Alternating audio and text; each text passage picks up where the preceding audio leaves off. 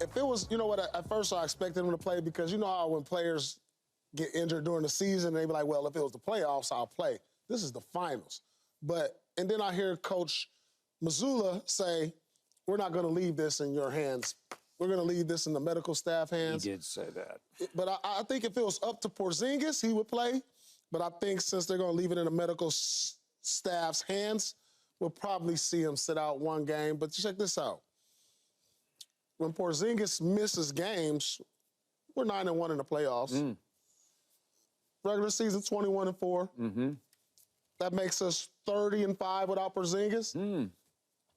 Am I worried? A little bit. A little bit? A little bit. I hear a little worry. A little bit. Yeah? Because he just adds such a dimension that we don't have. Did he not change game one in Boston? Yeah, he definitely changed game one. He came in and was impactful in his minutes in game two. Yep.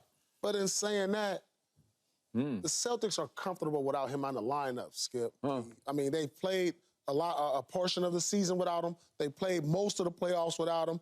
It's not a demoralizing blow. You know, like when KD went down in the finals, that could demoralize you. You sit there like, oh, my goodness. But they like Porzingis went down, they like, we got this. Okay. We're used to playing without him. We know how to take care of business. That 38-year-old Horford in year 17, he's finishing up his 17th year in this league, has to maybe play 40-odd minutes tonight. No, we can go small. That means your sixth man is now little tiny Peyton Pritchard. No, we can go small. We got player. We got. Yeah. Who else you got? Hauser? Hauser, Dillon. Doogie Hauser. Dillon, we can throw in there spot minutes. You got to understand, you act like Porzingis was playing a lot of minutes, played close to 20 minutes. Yeah. We got players that can take up that. You like Al Horford playing 40? Well, if he has to. Hey, listen, this is the finals. It is. This is it. Yeah. At maximum, there's 5 games left. You know what these guys are saying? Listen, we didn't play 82 games in the regular season. We done already played, 12, 2, 14, 17 games, 16 games in the playoffs. Man, we got 5 games left, fellas. We in the locker room like, listen, I need everything you got right now. Leave it on the table.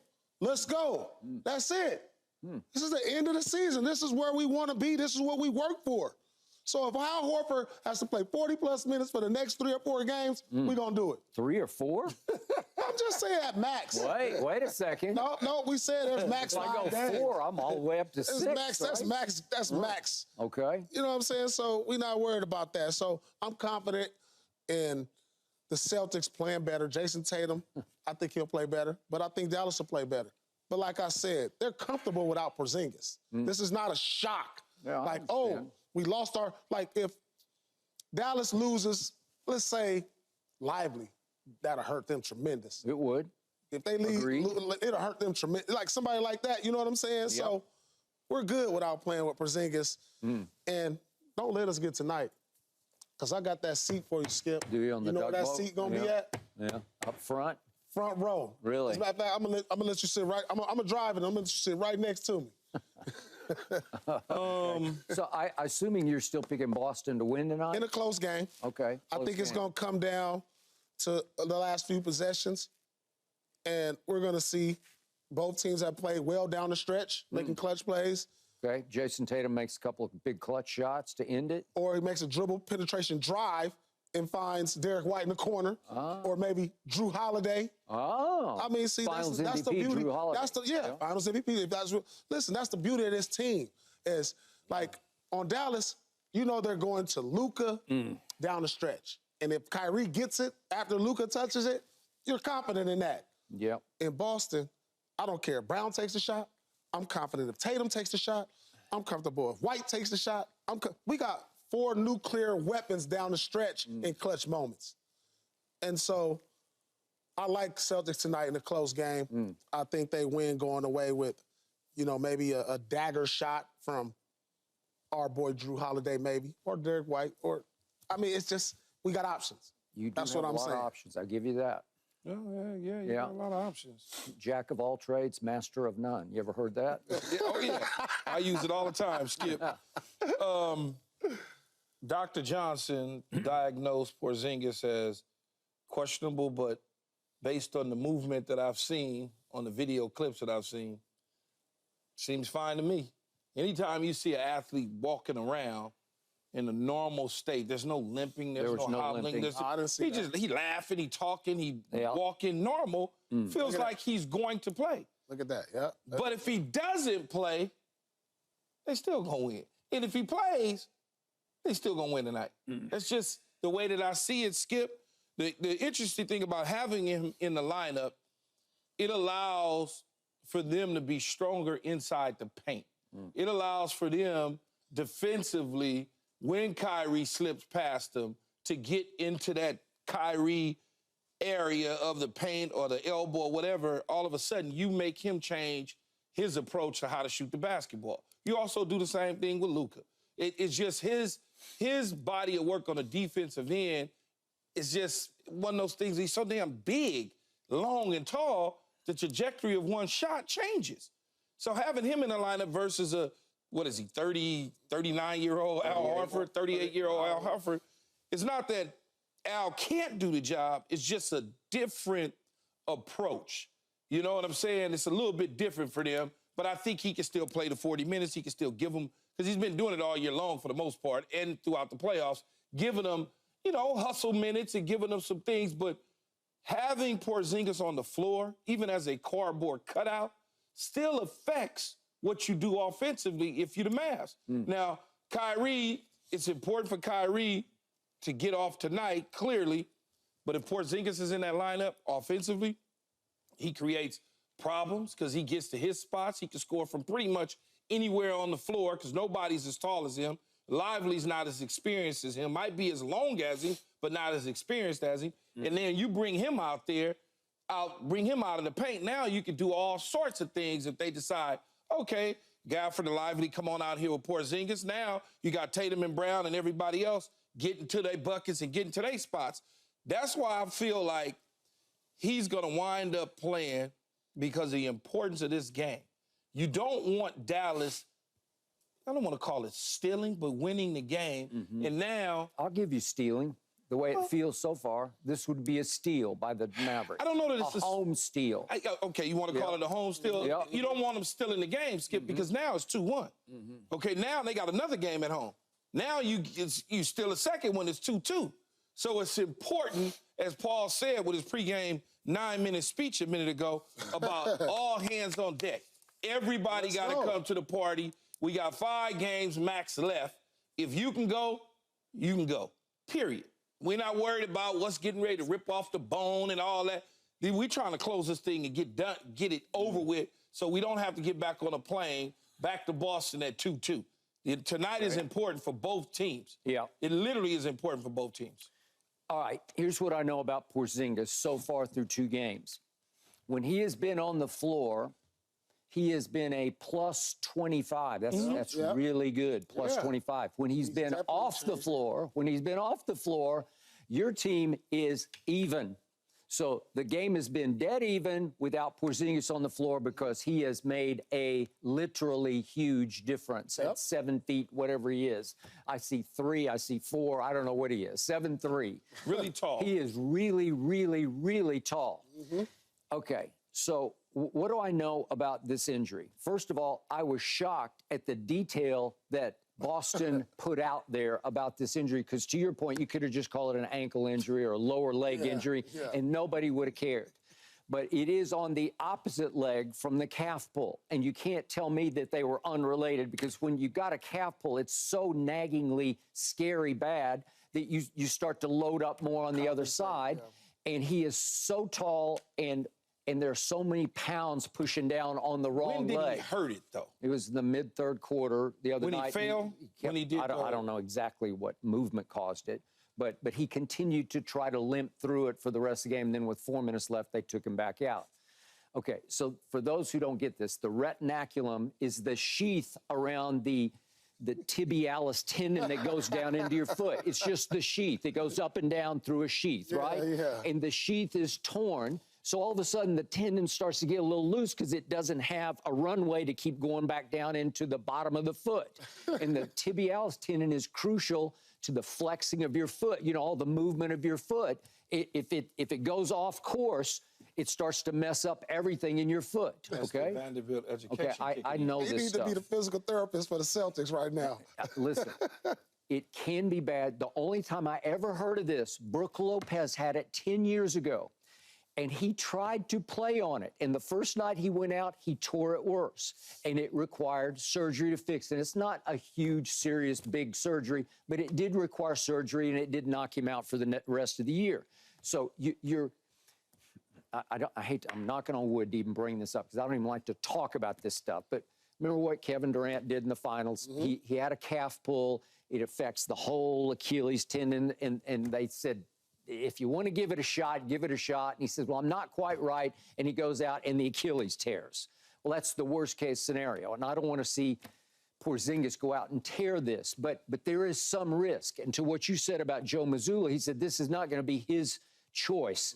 It's going to be the medical staff's choice. But they said he did practice yesterday, and to your point, did move around okay on it. He was ginger on it, but he was moving around okay, and he's not limping when he walks.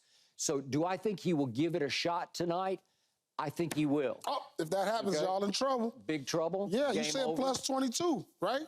25. 25, Yeah. 20, what's the difference? Even without him? Okay. So that means Okay, to your point, what are you in the playoffs without Porzingis? 9-1. Okay. Was that against Dallas? No, that was not against Dallas because it was against Indiana, a couple times without their best player. And it was against Cleveland a couple times without their best players. And it was against Miami without their best players. Okay. So I throw that out the window. I don't think that 9-1 works because I think against this team, against Lively, against Gafford, against P.J. Washington, you need a dose of Porzingis because he tilts it in your favor, right? Now, listen, we had more trouble with Miami in the first two games. We had more trouble with Cleveland in the first two games. I don't remember any trouble at all. But we lost game two. We lost game two of both of them series. But I was just like... And we had more trouble. Think about the series. Going back to Cleveland, go back to Cleveland after Donovan Mitchell had that hell of a game in game two. And then what happened? Celtics lost game two of the first two rounds, right? In the conference finals, they probably should have lost game one. Yeah. They probably should have lost game three. I'm not seeing that with Dallas. We having more trouble with these other teams All right. than we are with Dallas so far. So then Dallas supposed to have these nuclear weapons. And y'all don't want to say that, not me. And their bench is better, they're deeper. And then they got the reincarnation of Vinnie Johnson, so to say, all the bench. What's his name, Hardy? Yeah, what is his name? You'll know what's it after his name? tonight. I forgot his name. You'll come in here talking about it. I haven't seen him this series. Hardaway Jr. Yeah.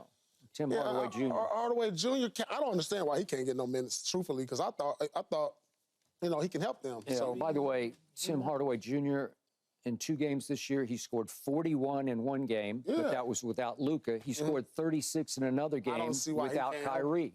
Yeah, I don't see why he can't help him, but now he's been stuck. Because they have 2 nuclear weapons. Because Stan Van Gundy said, this is the greatest scoring backcourt in the history of the NBA. And Jason Kidd's over there like saying, well, do I take Kyrie out and put Jaden Hardy in? Or for how long do I leave him in? Do I give Tim Hardaway 10 minutes? Do I give him 12? Do I give him 15?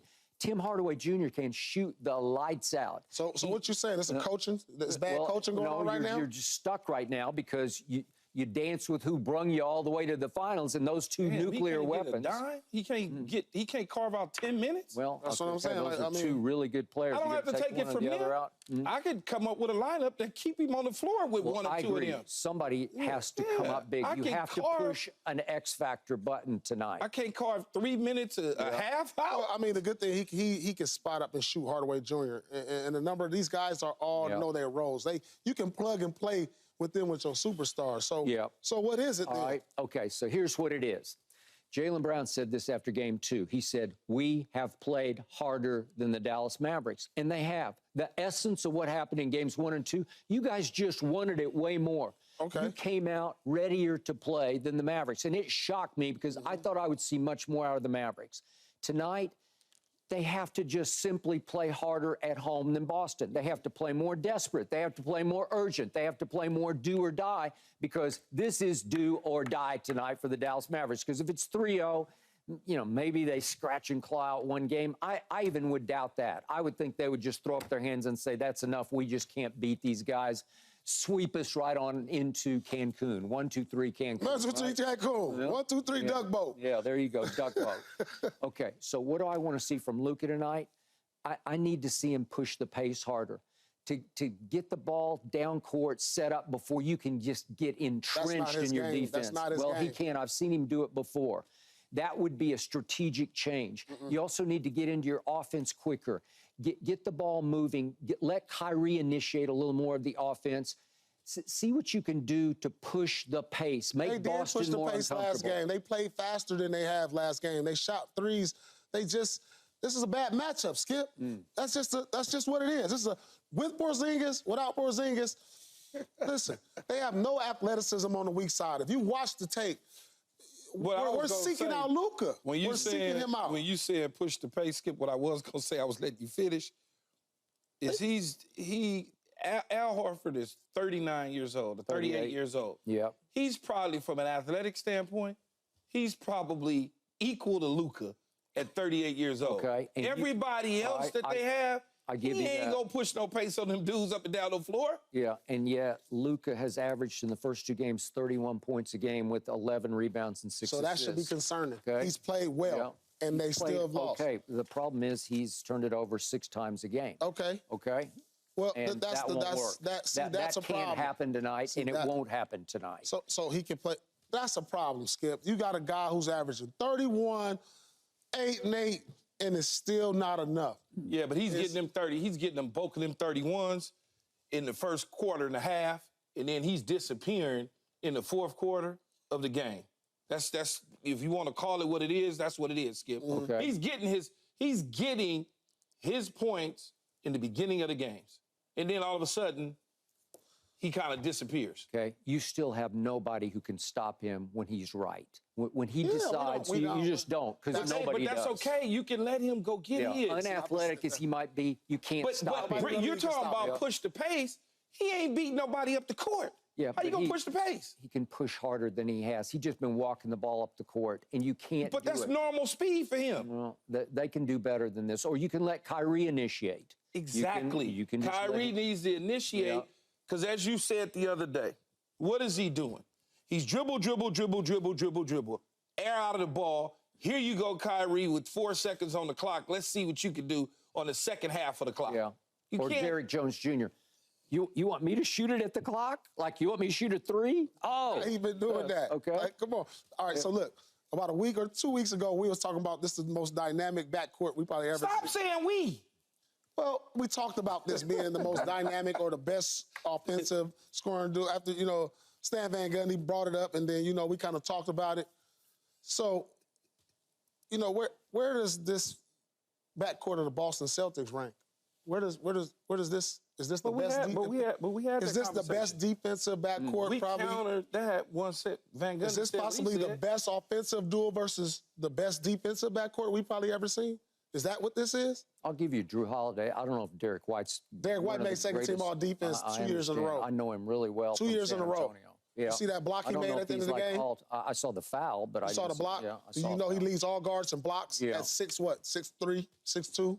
I think he's 6'4". 6'2". Yeah. Let's say 6'2". 6'2" led all guards and blocks. Okay. I thought he was taller than that. Yeah. I think he's 6'4". 6'4". Okay.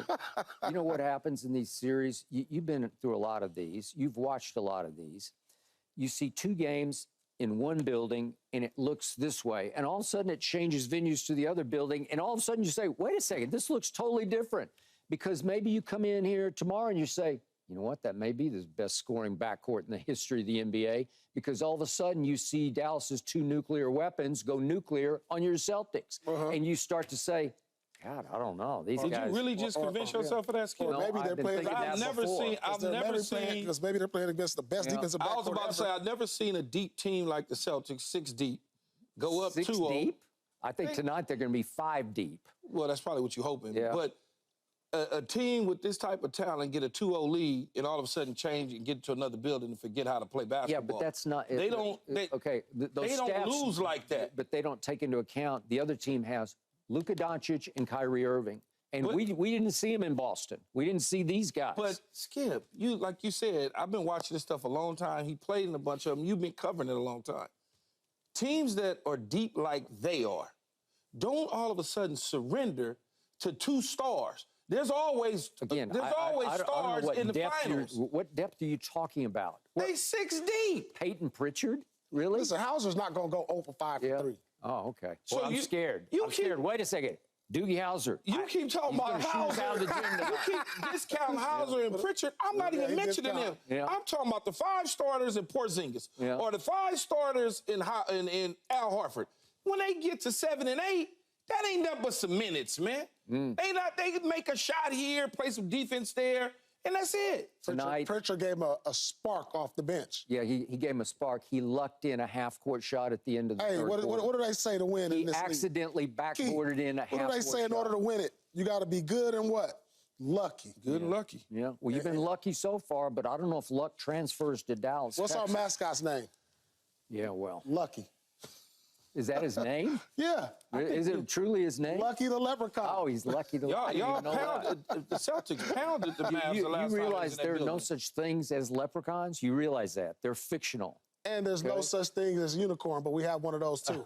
You have one? We have one of those and now too. he has a wounded So now wing. we got a leprechaun and a unicorn. Yeah, way to go, unicorn. He's got a rare injury, the unicorn. I got the Mavericks tonight. They've both got the Celtics tonight, and we will see, won't we? Paul Pierce is about to go in on the Lakers. This is looking so bad. This is embarrassing. Shut up.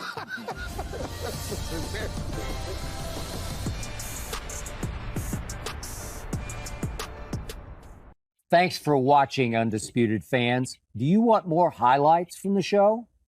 Make sure to click that subscribe button for all the exclusive content from Undisputed.